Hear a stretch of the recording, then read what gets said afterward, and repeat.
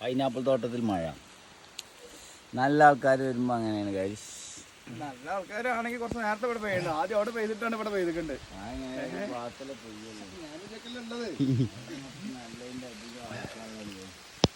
ഞാൻ വണ്ടിക്ക് പോവാണ് ഗൈസ്.